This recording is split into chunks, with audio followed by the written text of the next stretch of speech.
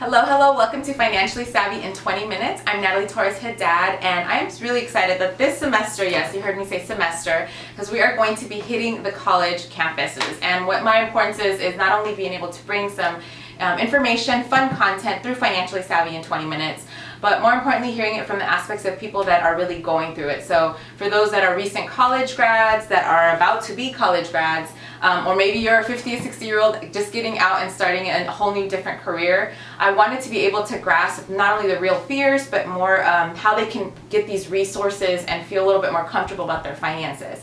And what better way of doing it but including someone else that I am truly a big fan of. I get to call her not just someone that I admire and aspire to be like, and you'll hear more about her in a second. But I also am really proud of what she's been up to, and I thought this would be such a great not only collaboration, but to be able to highlight someone like herself who is doing amazing things in our community and being able to get it from a college perspective. And I wanted to read her intro first because it is probably, I thought, wow, I was not doing this at her age.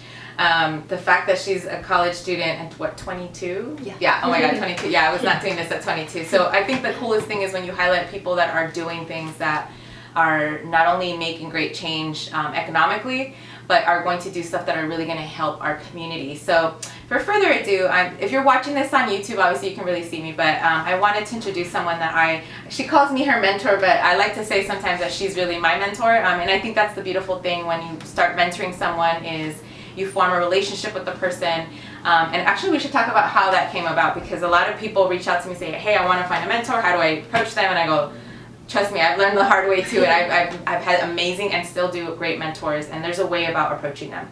So let me introduce the fabulous Genesis Jara. Is a first-generation college student who was raised in and still is in Downey, California. She attends Cal State University, Long Beach, woohoo! And I am also an undergrad from there, so that's my alma mater.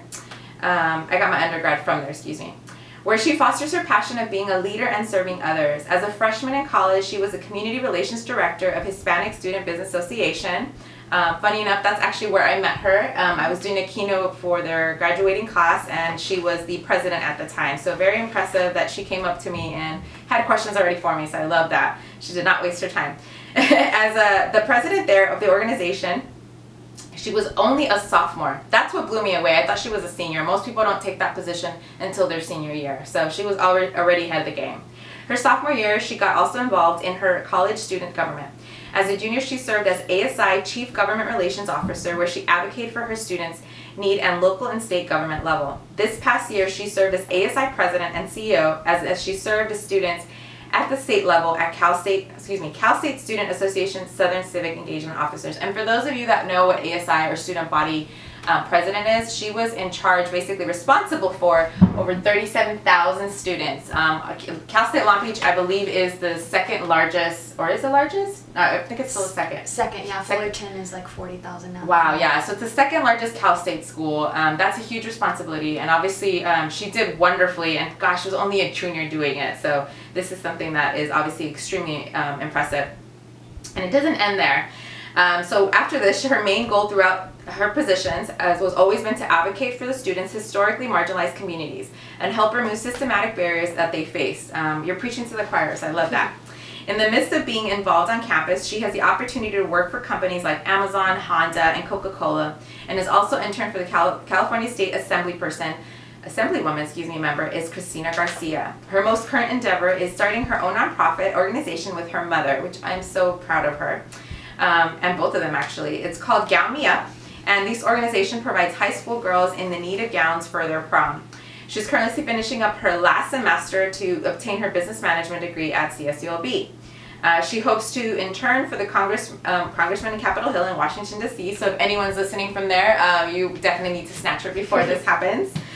And she hopes to intern for Congresswoman at Capitol Hill this spring, hopefully, to pursue also her master's in the fall. Her ultimate goal is to work in the public sector and eventually run for office.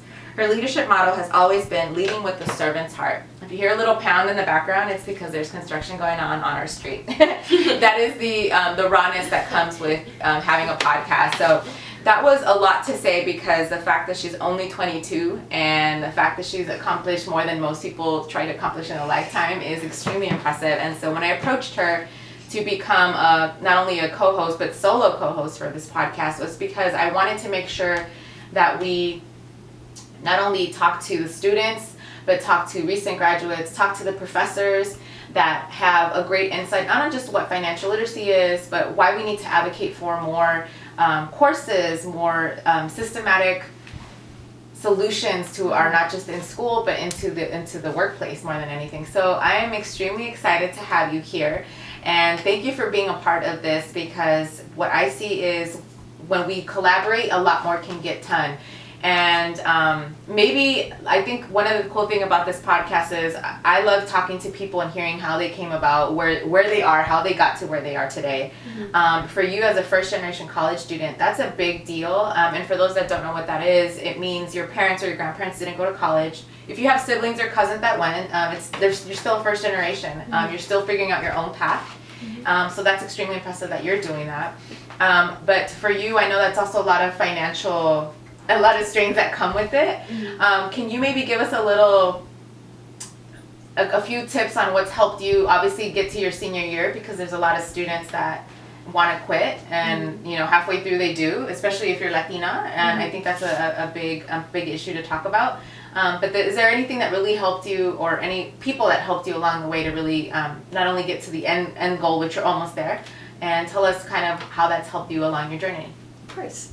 Well, first off, Natalie, I just want to say thank you for the kind introduction and all of your kind words. I really do see you as a mentor, and you're someone that inspires me a lot, so I'm really, really happy and excited to be here. But yeah, basically, being the first in the family to go to college is scary within itself. I think for myself, one of the main struggles has always been the imposter syndrome, just being in spaces, whether it's in class or, once I got involved, being in meetings with sometimes administrators and faculty who don't necessarily look like you. It gets really intimidating, and I know for myself, I think it was like my freshman year, like when I got my first ever bad grade, like in my whole life, and it was in business calculus, and I got a D, and I came home crying, and I was like, oh my gosh, I've like never not passed the class, like let alone it be a D. So that was when I really started to doubt myself. I was like, okay, like, am I really prepared for the academic rigor of being at a four-year institution? So really how I got through that was, just seeking and asking for help, whether it was through mentors throughout the university, whether it was tutoring, whether it was like seniors who I met through these organizations that clearly had gotten through the 4 years. Like, how did you do it? Like, how did you stay confident, and how did you prepare to do well? I think was the way I really, really got through it. And then, of course, there also comes like, the financial struggles. Luckily for me, I was able to, get financial aid, but a lot of students are unfortunate and don't get that access. But still, I always had to be at least interning or working or doing something, because unfortunately, like, my parents just didn't have money to, here's money for gas, here's money for you to go eat and just live off of. They did, however, provide me a roof to live under, as well as dinner when I got home, which I'll always be immensely grateful, and I'm still am to this day. But I think all of the other expenses had to come from me, so I always had to make sure I was working or doing something to be able to provide a good amount of money for myself. I love how you said a roof over your head, because for a lot of students, parents and the families are talking about this situation if they're supposed to stay at home or go out of state. And obviously you chose to commute to school, which is not easy, especially because we're in LA, and you're going to Cal State Long Beach.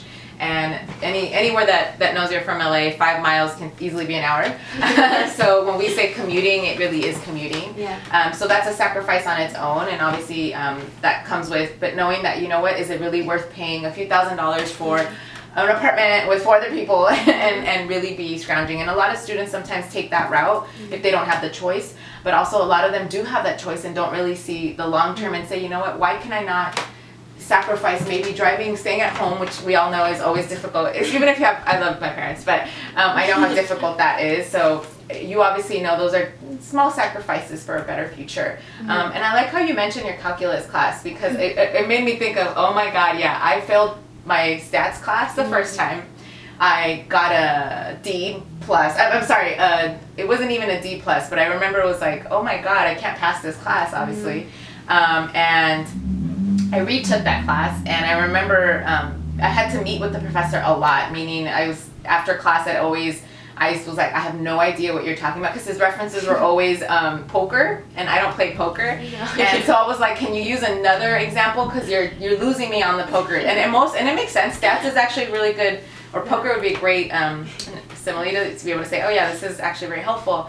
But you kind of hit on the knob where sometimes he was so helpful, and eventually I got a C in that class and passed, barely a C. But later when I look back at, now that I look at stats, and I love talking about stats, is I had to teach myself in a different manner, because from the male perspective, I'm like, we don't always play, poker. And I always felt I couldn't identify with all these examples. So being able to take time to be like, you know what, I'm going to pass it. I'm going to figure out how to do this. And so the fact that you're like, okay, it's harsh, right? And that's what a lot of students really do.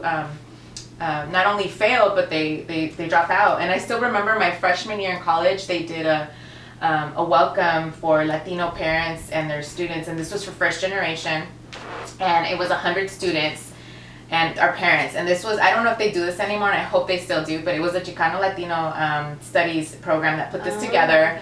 And I think it was one of the first ones that they did, and so it was basically us 100 students and the parents, and they did it mostly in Spanish because a lot of parents didn't speak English, right? And so I still remember the professor saying, I want you to look to your left and to your right, because only one of you is actually going to graduate from college. And every single person in the auditorium, this wasn't even an auditorium, like 300 people, but it got so quiet, but there was a gasp, like everyone was like, what is this guy talking about, right? And my parents and everyone, I remember looking at them like, what? But then he started giving us, I think he gave us at least 20 points. I can't remember all of them, but I remember 5 that really stuck out to me. And as he lists every single one, all of us, like, I remember all of us falling deeper and deeper into our seats, because we're like, oh my God, everything you're saying can totally be me. And I really thought that. I'm like, there's no way I'm going to be able to graduate. He talked about usually number one thing. Most people thought it was finances. It was actually number 2 for